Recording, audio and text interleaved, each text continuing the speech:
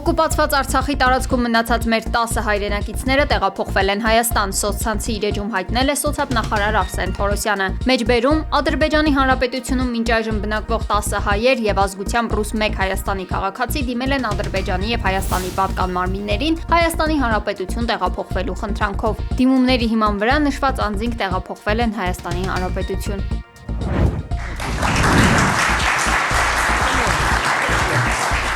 Հարավային Կովկասում Թրամփը փորձել է բարելավել արտաքին, առևտրային եւ էներգետիկ հարաբերությունները Չինաստանի դեմ Ամերիկայի դիրքերը ամրապնդելու համար, գրել է Forbes-ը։ Բարբերականը հիշեցրել է, որ 2025 թվականի օգոստոսին Թրամփի, Ալիևի եւ Փաշինյանի ստորագրած համաձայնագրերի արդյունքում ստացված խաղաղության նախաձեռնությունը հնարավորություն է տվել Միացյալ Նահանգներին մուտք գործել մեջբերում Զանգեզուրի միջանցք, որը վերանվանվել է Թրամփի երթուղի միջազգային խաղաղության եւ բարգավաճման համար։ Forbes-ը ընդգծել է, որ Կովկասը հարուստ է բնական պաշարներով, միջազգային առևտրի վարչության տվյալներով Հայաստանն ունի այնպիսի մետաղներ, ինչպիսիք են երկաթը, պղինձը, ոսկին, արծաթը եւ այլումինը։ Հայաստանը նաեւ զարգացրել է ադամանդի վերամշակման արդյունաբերությունը եւ Հայաստանի կառավարությունը ակտիվորեն ձգտում է զարգացնել իր հանքային պաշարները, ինչը կարող է մեծ հետաքրքրություն ներկայացնել Միացյալ Նահանգների համար։ Քննադատները պնդում են, որ Թրիփը ձգտում է թուլացնել Հայաստանի ինքնիշխանությունը, Միացյալ Նահանգներին հասանելիություն տալով Կովկասի բնական պաշարներին։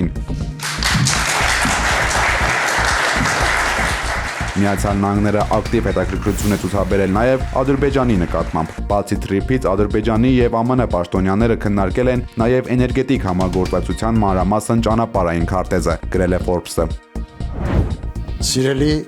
բարեպաշտ ժողովուրդ, Գարեգին II կաթողիկոսի դեմ փողերի լվացման հոդվածով քրեական վարույթ են նախապատրաստում, գրել է հրապարակորաթերթը։ Ըստ թերթի, գործը վերաբերում է բնակարանին, որը մայրաթորը իր ֆոնդից հատկացրել է շողակաթ հեռուստաընկերության տնօրենին։ Հետագայում այդ բնակարանը սեփականատերը վաճառել է, ու հենց այդ գործակցն էլ քննչական կոմիտեն որակում է որպես փողերի լվացում։ Մայրաթորի փաստաբան Արազ Օրաբյանը հայտնել է, որ այդ գործի շրջանակում որևէ հանցակազմ չի կարող լինել, ու նշել, որ ամենայն հայոց կաթողիկոսը իր անձնական միջոցներով, այդ թվում նվիրատուների տրամադրած ֆինանսներով տարիներ շարունակ բնակարաններ է հատկացրել հոգևորականների, ինչպես նաև շողակաթ հեռուստաընկերության տնօրենին։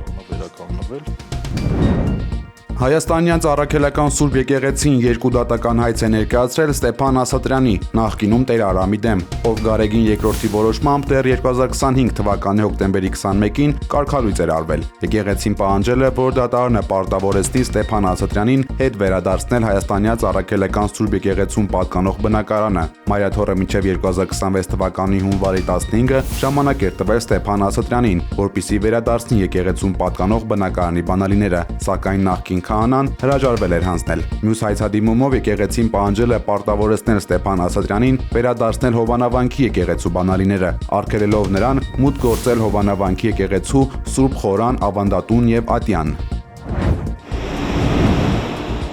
Մեր ձևով շարժումը հերքել է Հայաստանի կառավարության տարածած լուրը, թե Ստոկհոլմի արբիտրաժային տրիբունալը մերժել է Հեցի գործով Կարապետյանների միջնորդության բոլոր պահանջները։ Մեր ձևով շարժումը տարածել է հայտարարություն, մեջբերում միջազգային արբիտրաժային դատարանը հաստատել է, որ Ստոկհոլմի առևտրի պալատի 2025-ի հուլիսի որոշումը պարտադիր է Հայաստանի կառավարության համար։ Խոսքը Հեցի սեփականատիրոջ ազգային բարերար Սամվել Կարապետյանի ընտանիքի ու կառավարության միջև ընթացող ներդրումային վեճի մասին է։ 2025-ի հուլիսին միջազգային արտակարգ արբիտրը Հայաստանի կառավարությանը հրահանգել էր դադարեցնել այնպիսի օրենսդրական փոփոխությունների կիրառումը, որոնք կարող են հանգեցնել Հեցի սեփականազրկմանը։ Իդեպ արբիտրաժային կազմը նշել է, որ 2025-ի հուլիսի որոշումը չեղարկելու կամ փոխելու հարցով կառավարությունը չի դիմել։ Այս հանգամանքը լրացուցիչ հաստատում է, որ Հայաստանի կառավարությունը ընդունում է որոշման պարտադիր լինելու փաստը։ Միևնույն ժամանակ արբիտրաժային դատարանը մերժել է Հայաստանի կառավարության փաստարկները, ըստ որոնց Հեցին վերաբերող վեճի նկատմամբ արտակարգ արբիտրաժի ընթացակարգի կիրառումը իրավաչափ չէ։ Չնայած արտակարգ արբիտրի որոշման ակնհայտ խախտումներին, ներառյալ 2025 թվականի նոյեմբերին Հեցի լիցենզիայի դադարեցումը, արբիտրաժային կազմը որոշել է սկզբնական այս փուլում գնահատական չտալ այդ գործողություններին։ Միաժամանակ Հայաստանի կառավարության թույլ տված բոլոր խախտումները քննության կառնվեն ավելի ուշ հիմնական Կապիտալական վեճի քննարկման շրջանակում եւ կգնահատվեն որպես Հայաստանի եւ Կիպրոսի միջև կնքված օտարերկրյա ներդրումների պաշտպանության մասին համաձայնագրի խախտումը ծանրացնող հանգամանքներ։ Մեջբերման ավարտը։ Հարգելի падգամավորներ,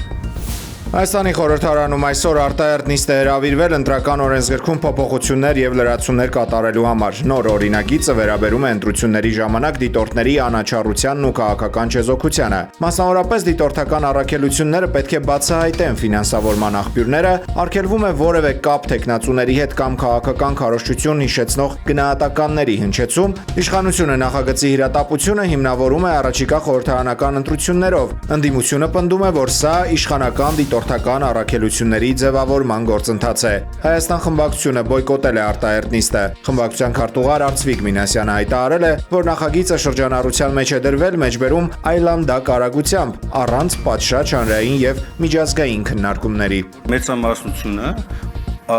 անկախ ամեն ինչից արհամարելով բոլոր ժողովրդավարական նվազագույն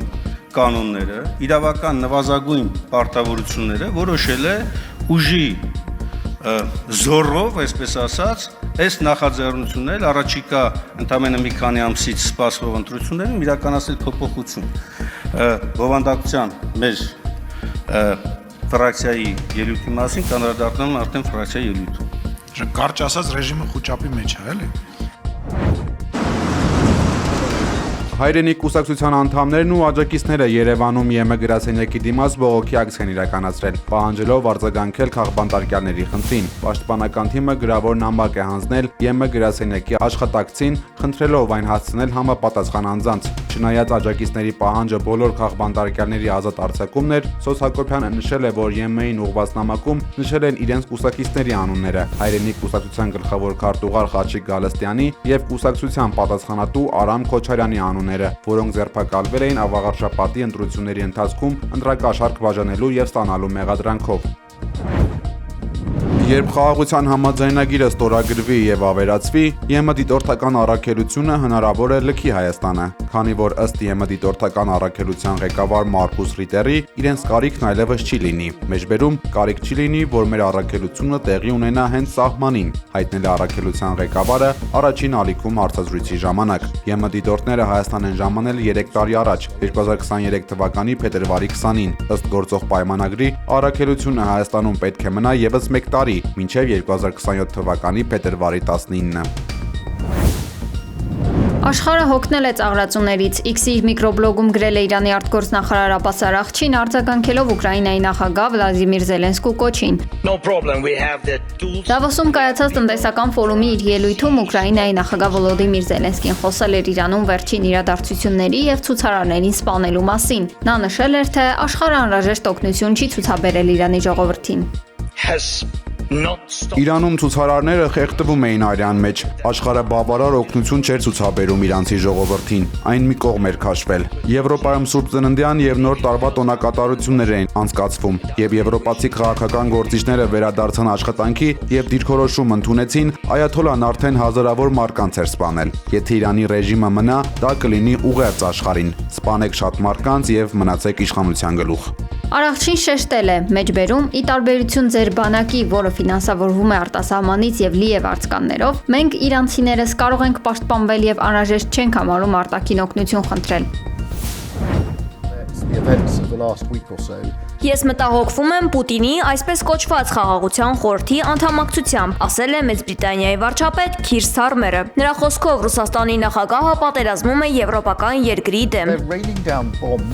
Նրանք ռմբակոծում են Ուկրաինան, երկրի 60%-ը -20 աստիճան սառնամանիքին առանց էլեկտրաէներգիայի է մնացել։ Մարդիկ վրաներ են տեղադրում իրենց հյուրասենյակներում տաքանալու համար։ Hirtelen próbálom kitalálni eredménye, amit ma itt lát. Առաջիկա 100 տարում Հունգարիան Ուկրաինային թույլ չի տա անդամակցել Եվրամիությանը, հայտարարել է Հունգարիայի վարչապետ Վիկտոր Օրբանը։ Նա նշել է, որ Ուկրաինան փորձում է ազդել Հունգարիայում կայանալիք խորհրդարանական ընտրությունների արդյունքների վրա, քանի որ գիտի, որ երկրի ներկայիս կառավարությունը դեմ է նրա անդամակցությանը։ Օրբանը լրագրողների հետ ճեպազրույցի ընթացքում նաև հայտնել է, որ միությունը նախատեսում է Ուկրաինային 1.5 տրիլիոն դոլար տրամադրել, սակայն ծրագրի մանրամասների մասին չի խոսել։ Ez legyen így, és terveket mutat be, hogy ezt hogy kell előállítani ezt a pénzt.